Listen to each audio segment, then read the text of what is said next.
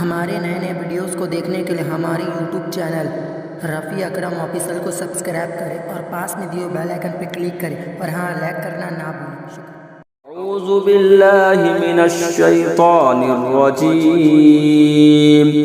پناہ مانگتا ہوں میں اللہ کی شیطان مردود سے. یا بنی اسرائیل اذکروا نعمتی التي انعمت علیکم وانی فضلتکم علی العالمین. اے اولاد یعقوب، یاد کرو میرا احسان جو میں نے تم پر کیا، اور وہ جو میں نے اس زمانہ کے سب لوگوں پر تمہیں پڑھائی دی. وَاتَّقُوا يَوْمًا لَا تَجْزِي نَفْسٌ عَن نَفْسٍ شَيْئًا وَلَا يُقْبَلُ مِنْهَا عَدْلٌ وَلَا تَنفَعُهَا شَفَاعَةٌ وَلَا هُمْ يُنصَرُونَ.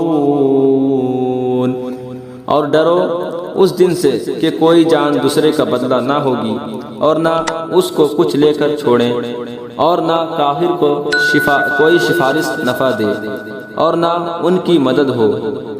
وَإِذِ ابْتَلَىٰ إِبْرَاهِيمَ رَبُّهُ بِكَلِمَاتٍ فَأَتَمَّهُنَّ قَالَ إِنِّي جَاعِلُكَ لِلنَّاسِ إِمَامًا قَالَ وَمِن ذُرِّيَّتِي قَالَ لَا يَنَالُ عَهْدِ الظَّالِمِينَ. اور جب ابراہیم علیہ السلام کو اس کے رب نے کچھ باتوں سے آزمایا تو اس نے وہ پوری کر دکھائی. فرمایا میں تمہیں لوگوں کا پیشوا بنانے والا ہوں. عرض کی اور میری اولاد سے فرمایا میرا عہد ظالموں کو نہیں پہنچتا. وَإِذْ جَعَلْنَا الْبَيْتَ مَثَابَةً لِلنَّاسِ وَأَمْنًا وَاتَّخِذُوا مِن مَّقَامِ إِبْرَاهِيمَ مُصَلًّى وَعَهِدْنَا إِلَىٰ إِبْرَاهِيمَ وَإِسْمَاعِيلَ أَن طَهِّرَا بَيْتِيَ لِلطَّائِفِينَ وَالْعَاكِفِينَ وَالرُّكَّعِ السُّجُودِ. اور یاد کرو جب ہم نے اس گھر کو لوگوں کے لیے مرجع اور امان بنایا، اور ابراہیم علیہ السلام کے کھڑے ہونے کی جگہ کو نماز کا مقام بنایا.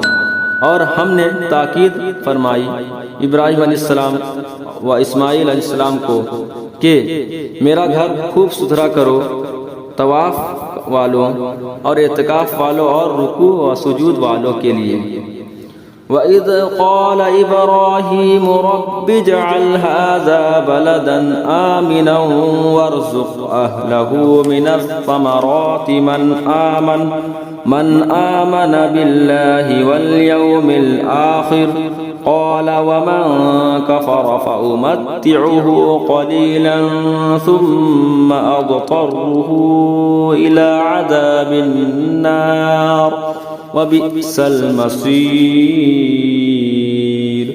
اور جب عرض کی ابراہیم علیہ السلام نے کہ اے میرے رب اس شہر کو امان والا کر دے اور اس کے رہنے والوں کو طرح طرح کے پھلوں سے روزی دے جو ان میں سے اللہ اور پچھلے دن پر ایمان لائے.